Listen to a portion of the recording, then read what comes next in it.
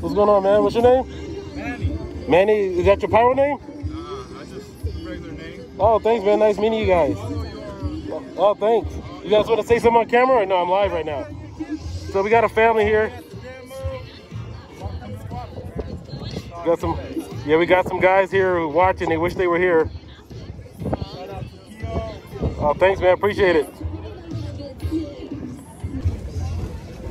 Hey, I had to come back again for the other one. What's going on, people? How's it going? Good. You guys ready for the show? Yes, sir. We can't wait for the 2 finales. I heard there were 2 finales. Oh, yeah, shoot. We're going to have it. I hope I don't have to take a potty break. Sure it's going to be worth it. Came out from AZ, baby. We got to come out here.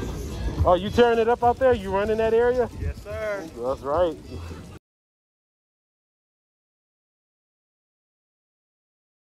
3 teenagers behind bars for a homicide from this past Tuesday. It happened during a home invasion as well, this time near I-10 and 29th Avenue. The man, identified as 26-year-old Manuel Hinojos, died at the hospital. Police say the teenagers were trying to burglarize his home when Hinojos confronted them while carrying a weapon. One of the teenagers was shot and was later released from the hospital and arrested. 2 other teenage suspects are in custody.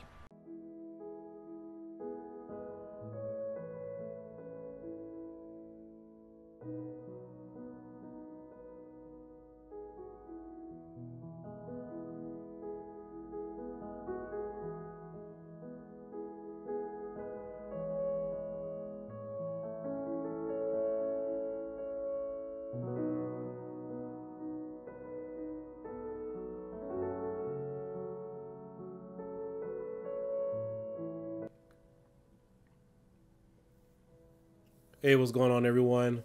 So we have a very heart-wrenching story that we need to cover today. I met Manny and his family at Red Apple Fireworks demo back in 2021, and I only knew him from the clips that I just got finished showing you all. So didn't know him personally. We didn't correspond on social media. That was my only interaction of this individual, but you know, he had a very warming personality, and I was like, man, this guy is all about it. I mean, he really has that pyro juice.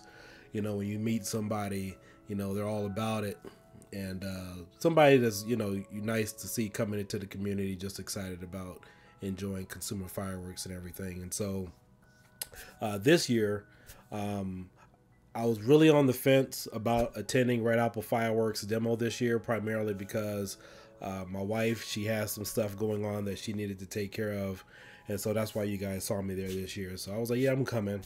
And so while I was there, I was hanging out, you know, doing the recording and walking around prior to demo night. And so this lady walks up to me, and she was like, hey, are you Keo Boom or Keo? She was trying to pronounce my name. I was like, yeah, that's me.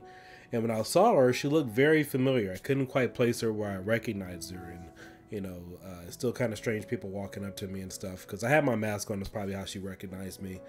And so she said, do you remember my husband Manny?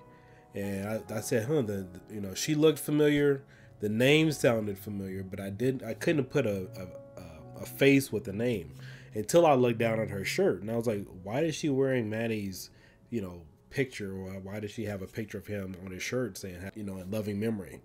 And so I finally put 2 and 2 together, and I was like, oh my God. And so she told me the heart-wrenching story. So apparently back in March, Manny, based upon where they live, somebody broke into their house or was trying to steal their vehicle, which is my understanding. This is the story that she told me. And so it was 3 teens broke into their house and was trying to steal the car. And Manny died protecting his family.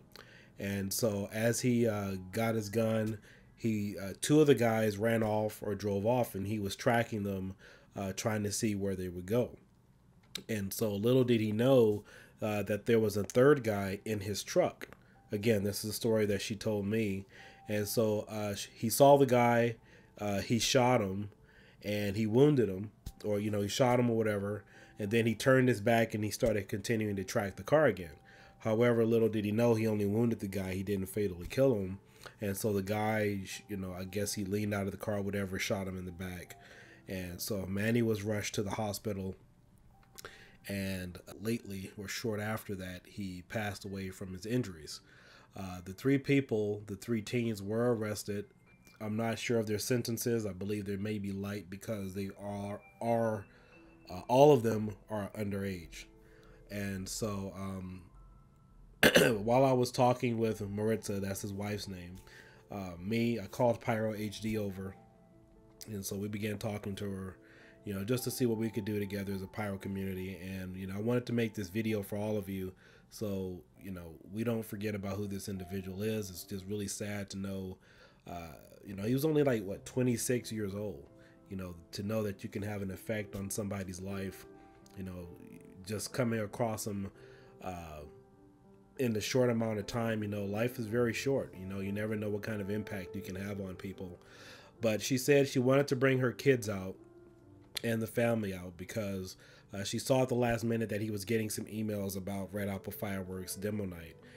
That was something they had aspired to do as a family and make it a family tradition. And so, you know, she wanted to bring she and her family out to honor and commemorate, you know, Manny's memory, because that's something he just loved to do, was shoot fireworks and hang out with the fellas. I think he was kind of new to the scene too. I think this was probably would have been his third year. I think the year that I met him in this short video clip that you guys saw was his first year there, my understanding. But it's really sad and tragic. And, you know, fortunately that, you know, she and her family are okay. But yeah, obviously these teens, they were arrested. They probably get light sentences, but definitely just wanted to make this video to honor, commemorate, and remember Manny. I know most of you guys probably don't know who he is, but, you know, he came across my path. You know, he was a, you know, cool guy, you know, from the times that I've interacted with him. You know, it was just exciting. And that's what you like to see. Families coming out, you know, people watching these videos.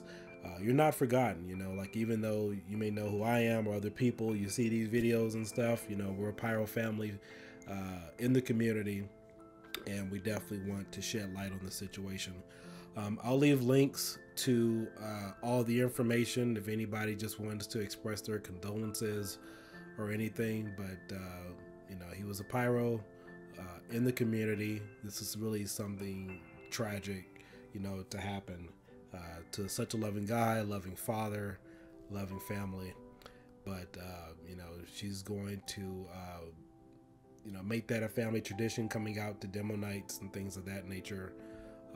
I don't have their personal contact information. This is really all I have at this time period. I think they have a social media. I'm not exactly sure who's running it or whatnot. But, you know, again, Manny, you're not forgotten. You're one of the homies out there in the community.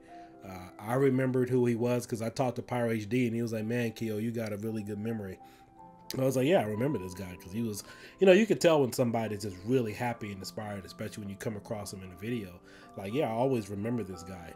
And so just wanted to share with you all of my subscribers and stuff. You know, that's what we're about here, making sure we honor and commemorate Manny Hinejos. I believe I'm pronouncing his name correctly, or hope I am.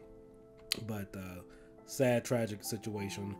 If anybody wants to make a donation or anything, I think they did have a GoFundMe. I'm not sure if it's still active. He's already had his services and whatnot, but I'll leave whatever contact information I can find in case anybody would just wants to reach out to the family. But again, this is a sad, tragic situation that happened to a fellow Pyro that would have crossed a number of our paths. And so, Manny, we just wanted to remember you. All right. Thank you guys. You guys have a good day.